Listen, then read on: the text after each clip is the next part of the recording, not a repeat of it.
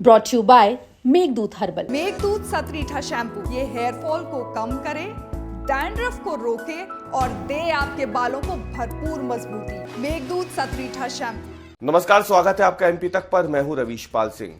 मध्य प्रदेश में ओबीसी आरक्षण को लेकर के बड़ी खबर सामने आई है।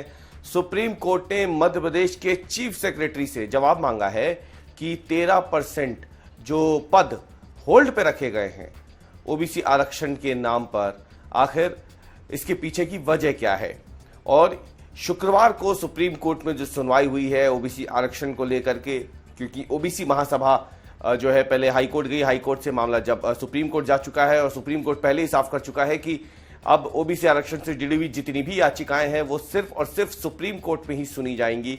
तो जाहिर सी बात है ये एक बड़ी खबर हो जाती है और अब सरकार को जवाब देना है कि आखिरकार मध्य प्रदेश में ये जो पद होल्ड पे रखे गए हैं इसके पीछे की वजह क्या है और कब तक ये स्थिति बनी रहेगी। जो जानकारी मिल रही है उसके मुताबिक सुप्रीम कोर्ट में शुक्रवार को जब सुनवाई हुई तो कोर्ट ने मध्य प्रदेश के मुख्य सचिव से एक एफिडेविट मांगा है कि ये जो 13% पद होल्ड पर है उन पर सरकार नियुक्तियां क्यों नहीं दे रही है, क्या परेशानी आ रही है सरकार को इन नियुक्तियों पे। सरकार ने साल 2019 में, आपको बता दें कि मध्य प्रदेश में 27% ओबीसी आरक्षण के लिए एक्ट को पास कर दिया था। उस समय मध्य प्रदेश की सत्ता पर कांग्रेस की सरकार काबिज थी, कमलनाथ मुख्यमंत्री थे। इसके बाद ये मामला जो है हाईकोर्ट चला जाता है और हाईकोर्ट से कई सारी याचिकाएं जब लगती है इस पूरे मामले में ओबीसी आरक्षण को लेके, तो फिर ये मामला सुप्रीम कोर्ट तक चला जाता है। अब शुक्रवार को जो सुनवाई हुई है ये ओबीसी महासभा की ओर से मध्य प्रदेश में 51% ओबीसी जो वर्ग है उसके होने की एक दलील दी गई थी सुप्रीम कोर्ट में और इसी मामले पे सुनवाई जो है सुप्रीम कोर्ट में चल रही है। आपको बता दें कि मध्य प्रदेश से अगर देखा जाए तो करीब ऐसी 70 से ज्यादा याचिकाएं हैं जो मध्य प्रदेश के पहले हाईकोर्ट में चल रही थी, उसके बाद वो अब सब एक साथ हाईकोर्ट से सुप्रीम कोर्ट जा चुकी हैं।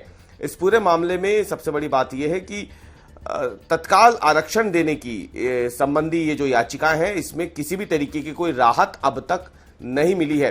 हालांकि सुप्रीम कोर्ट बार बार यही कह रहा है कि सरकार को साफ करना चाहिए कि जिन पदों पर अब तक नियुक्तियों को होल्ड किया गया है वो आखिर क्यों रखा गया है। ये एक बड़ा सवाल है जो सुप्रीम कोर्ट भी इससे पहले की सुनवाई में भी पूछ चुका है।